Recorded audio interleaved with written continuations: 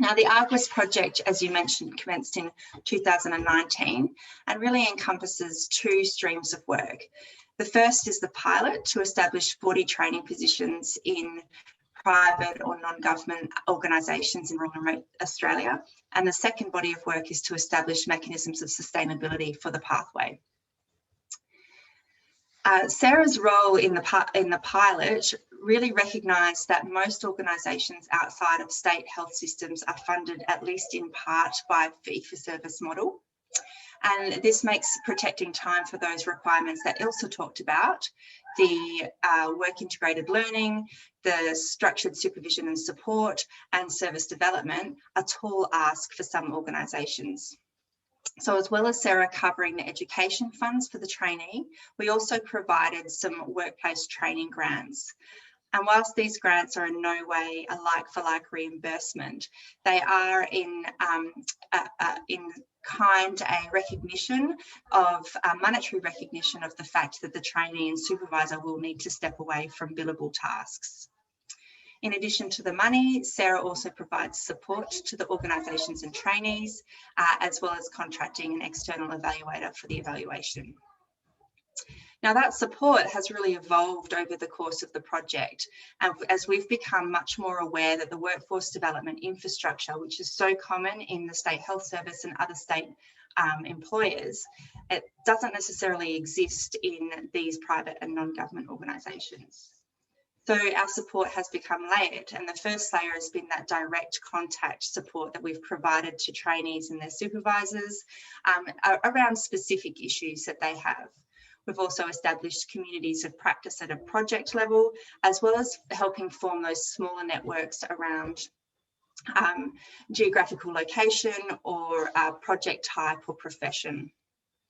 The second layer of support that Sarah's been involved in developing is the resources that support the trainee or manager to support the trainee. And these might be things like templates, project management templates, supervision templates, right through to our education series.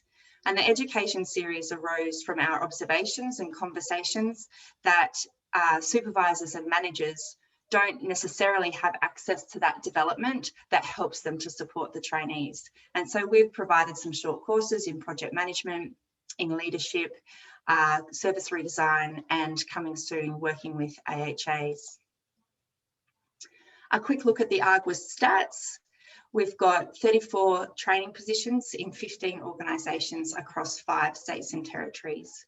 We've had 10 withdrawals over the course of the project. Almost 2/3 of our participants are doing the level 2. We have a good spread of professions, but OTs and speechies are the most represented. Our organisations range from sole providers through to 250 plus employees, and from single discipline to more than 6 disciplines. 2 organisations are ARCHOs, 3 are disability specific, and the rest are mixed, and they are spread across a broad range of locations. The second stream of work was those mechanisms of sustainability, and the first of those was the National Strategy Group. This group comprises of representatives from the National Rural Health Commission, Indigenous Allied Health Australia, the National Allied Health Advisory Committee, the Australian Council of Deans of Health Sciences, the Australian Rural Health Network, Rural Education Network, Primary Health Network, Rural Workforce Australia, and ARPA. This group, which is currently chaired by Sarah, provides oversight to the development of nationally accepted and recognised pathway. The second mechanism is accreditation.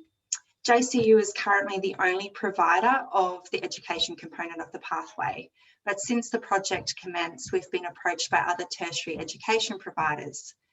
Queensland Health previously developed the AHRG accreditation system, including the education framework. Under the guidance of the NSG, Sarah is progressing this work to establish an accrediting body who will look to establish and implement the accreditation process. And this work will continue in the next phase of funding. Which brings me to Target, because Sarah loves acronyms. The Allied Health Rural generalist expansion tactic. And this is the next phase that was recently funded in this year's budget. We'll see an additional 90 new training positions, 30 of which are dedicated to allied health working in Aboriginal community controlled health organisations. We're still waiting on contracts to be signed, but we expect that the